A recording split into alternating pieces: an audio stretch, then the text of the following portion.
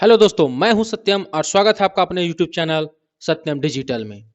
तो आज मैं यहाँ पे छाहर पुस्तक का चैप्टर नंबर 8 लेके आया हूँ। चैप्टर का नाम है चोर डाकू और लुटेरा। यदि आप चैनल पे नए हैं तो चैनल को सबसे पहले सब्सक्राइब कर लें, बेल आइकन को प्रेस करें और ऑल नोटिफिकेशन पे क्लिक करें ताकि कोई भी वीडियो अपलोड हो तो तुरंत आप तक पहुंचे। तो जी हाँ, ये देखिए, ये गद्य भाग है जेएसएससी सीजीएल का, झारखंड सीजीएल का, जिसमें गद्य भाग का जो पहला जो पुस्तक है उसका नाम है छाहर।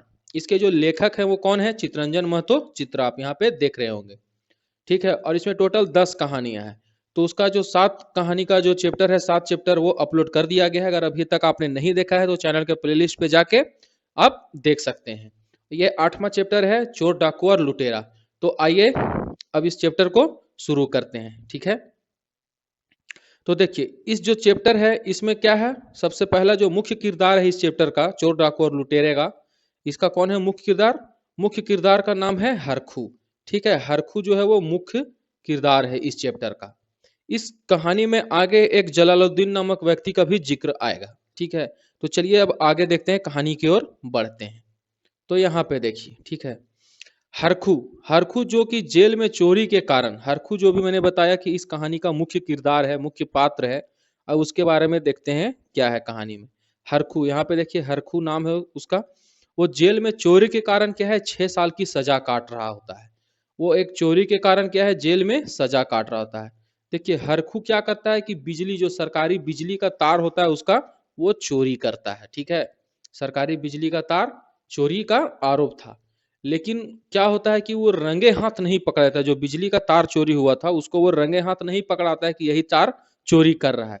लेकिन जो तार चोरी हुआ था वो किसके घर से बरामद होता है? तो वो हरखू के घर से बरामद होता है। जो बिजली का तार चोरी हुआ था वो हरखू के घर से बरामद होता है, जिसके कारण क्या होता है, इस चोरी के सजा के कारण क्या होता है, उसको सजा क्या मिलती है? तो उसे जेल की सजा होती है। और कितने वर्षों की? तो 6 वर्षों की। अगर इस यह वह पहले भी, हरखू जो है वो पहले भी चोरी में पकड़ा गया था। ठीक है, और इसकी कीमत अगर बाजार में अगर पता की जाए तो तार की, तो उसकी क्या थी, 500 से 1000 रुपए की कीमत की तार थी जो हरखू चोरी किया था। और वो पकड़ा गया, उसके घर से बरामद हुआ, तो इसलिए उसे 6 वर्षों की जेल की सजा हुई। अब आइए देखते हैं, थोड़ा हरखू के बारे में जानते हैं। ठीक है, अब यहाँ देखिए कहानी में आगे बढ़ते हैं, हरखू के बारे में जानते हैं। देखिए हरखू के बाप दादा जो थे अपने रईसी ठाट ठाट बाट और बुरी आदतों के चलते, ठीक है, बुरी आदतों के चलते जमीन जायदाद बेचते चले गए। देखिए क्या था, हरखू के जो उसके बाप दादा थे वो बहुत रईस थे। उनके पास धन संपत्ति की कमी नहीं थी, जमीन जायदाद की कमी नहीं थी। लेकिन बात क्या था कि वो जो थोड़े थे सो कैसे थे, तो मेहनत नहीं करना चाहते थे। ठीक है, बिना मेहनत के कमाई करना चाहते थे। देखिए यहाँ पे अब कहानी में आप ये देखेंगे, यह नाम ही है चोर डाकू और लुटेरे का, बिना मेहनत के शान शौकत से जीने वाला। मतलब कि क्या है, चोर डाकू जो है वो हल्का सा मेहनत करते हैं, बस वो दाव दाव देखते रहते हैं कि कब मौका मिले, मौके की तलाश में किसी को लूट लिया जाए, कहीं पे डाका डाल दिया जाए, किसी गरीब दुखिया का पैसा छीन लिया जाए जिससे उनका गुजारा हो सके। बस वो इसी फिराक में रहते हैं। ठीक है, तो यहाँ पे देखिए क्या है कि हरखू के जो बाप दादा थे वो बहुत रईस थे, उनका जमीन जायदाद बहुत अच्छा था। तो वो मेहनत नहीं करना चाहते थे, बस जमीन था उसी को बेचते चले गए और उसी से उनका क्या हो रहा था, वो रईसी जो है वो मेंटेन हो रहा था। लेकिन समय बीतते गया और इस तरह से क्या हुआ, वो अपने सारे जमीन जायदाद को बेचते चले गए। तो हरखू को क्या मिला? देखिए यहाँ पे हरहू लिखा गया, यहाँ पे हरखू होगा। ठीक है, हरखू, हरखू को विरासत में गरीबी और बुरी आदतें मिली थी। अब देखिए हरखू जो था उतनी रईस फैमिली से था। अब रईसी के कारण उसका भी जो घर में उठना बैठना, जीना, खाना पीना, मुर्गा दारू सब क्या है, रईसी ठाट बाट से हो रहा था। लेकिन सब कुछ उसके जो दादा बाप जो थे, पिताजी, वो सब कुछ बेच चुके थे। तो विरासत में उसको क्या मिलेगा? गरीबी और बुरी आदतें ही मिलेगी। उसको क्या था, ये सब चीजें तो मिलने वाली थी नहीं। तो इस तरह से क्या था कि हरखू को विरासत में क्या मिली थी? गरीबी और बुरी आदतें मिली थी। ठीक है, देखिए यहाँ जी लिखा गया, यहाँ होगा इसी कारण। ठीक ना, इसी कारण से हरखू अपना घर चलाने और दारू मुर्गा की जुगाड़ के लिए क्या करने लगा? छोटी, यहाँ पे मोटी होगा, मोती लिखा गया, ठीक ना। छोटी मोटी चोरी करता है और पकड़े जाने पर जेल हुई है। तो यही कारण था क्या कि हरखू को आदत लग गया, बिना मेहनत मजदूरी करने की आदत नहीं थी, तब वो अपना गुजर बसर करने के लिए, अपना दारू मुर्गा की जुगाड़ करने के लिए वो क्या करता, तो चोरी करने लगा। मेहनत उसको कम लगने लगा और अच्छा खासा उसको सारा जुगाड़ हो जाने लगा, क्योंकि बाप दादा से उसका चला रहा था रुतबा रईसी वाला, और सब कुछ खत्म हो चुका था, जमीन जायदाद विरासत में उसको घर भी मिला था। तब वो क्या करता, तो इसीलिए वो चोरी कर रहा था। और इसी चोरी में वो पकड़ा गया था, बिजली का तार चोरी किया था, जिसके चलते उसको क्या हुई थी, सजा हो गई थी 6 वर्षों की, ठीक है। अब यहाँ पे देखिए, जेल में ही हरखू को बहुत सारे चोर डाकू और लुटेरों से भेंट हुई, और जेल में ही वो क्या हुआ, जलालुद्दीन को देखता है। अब देखिए, जलालुद्दीन नामक एक कैदी है जो कि कहाँ है, जेल में रहता है। अब जेल है तो वहां पे क्या होगा, वहां तो आपको अच्छे लोग मिलेंगे नहीं, वहां सारे अपने बुरे कर्मों की सजा काटने के लिए ही जाते हैं, ठीक है। और हरखू उनमें से भी एक था, क्योंकि वो भी चोरी के इल्जाम में क्या था, जेल में सजा काट रहा था।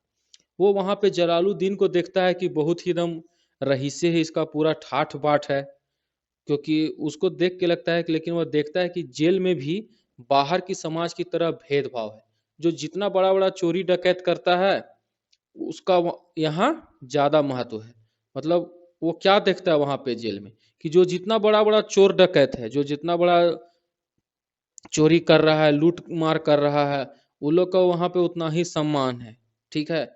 उसको उतना ही वैल्यू दे दिया जा रहा है वहां पर। छोटा मोटा चोर को वहां पे कोई पूछ है ये नहीं है उसका। तो वही बोलता है कि जिस तरह बाहरी समाज में भेदभाव, उसी तरह जेल में भी है। वही वो देखता है जलालुद्दीन को पूरा ठाठ बाट वहां पे उसका रहन सहन। तो जलालुद्दीन के बारे में हरखू देखिए क्या बताता है।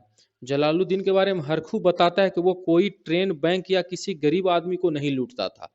मतलब वो देखिए, हरखू जो है वो जलालुद्दीन के बारे में क्या बोलता है, कि वो कोई बैंक, ट्रेन, गाड़ी, ये या किसी आदमी को, किसी गरीब आदमी को वो नहीं लूटता था, बल्कि ये सिर्फ उनको लूटता है जो बिना मेहनत के गरीब को लूट के अमीर बन गए हैं। मतलब ये सिर्फ वैसे लोगों को लूटता था जलालुद्दीन, जो क्या करते थे, गरीब का खून चूस के क्या किए हैं, अमीर बन गए हैं। बिना मेहनत के क्या किए हैं, घूसखोरी से अमीर बन गए हैं, कमीशन खा खा के अमीर बन गए हैं। तो ऐसे लोगों से क्या करता था जलालुद्दीन, पैसे उन लोगों को लूटता था, डकैती करता था।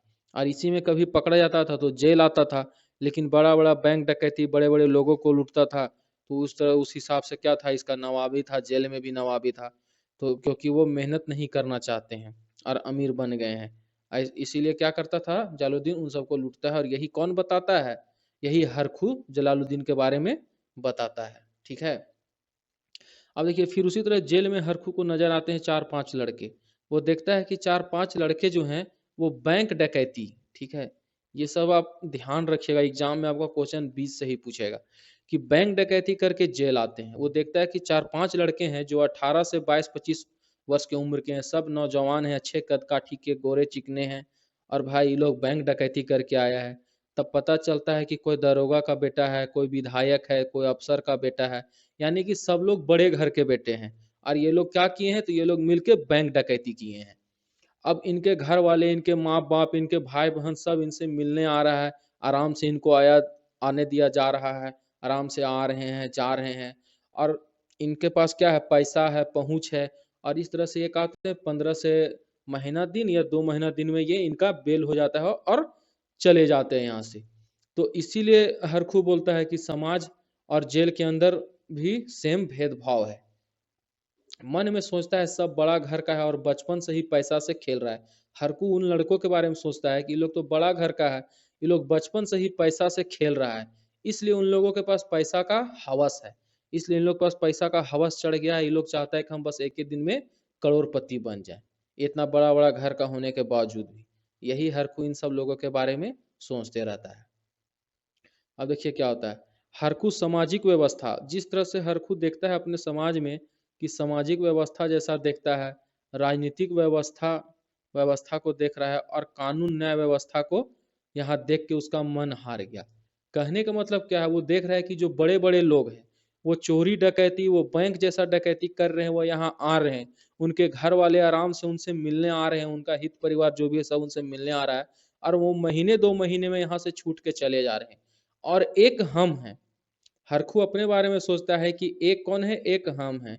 एक हम है जो मात्र क्या है 500 से 1000 रुपये के तार की चोरी किए हैं और उसके लिए हमें 6 वर्षों की क्या हो गई है, इतने लंबे समय के लिए हमें सजा हो गई है। ऐसा हरखू सोचते रहता है।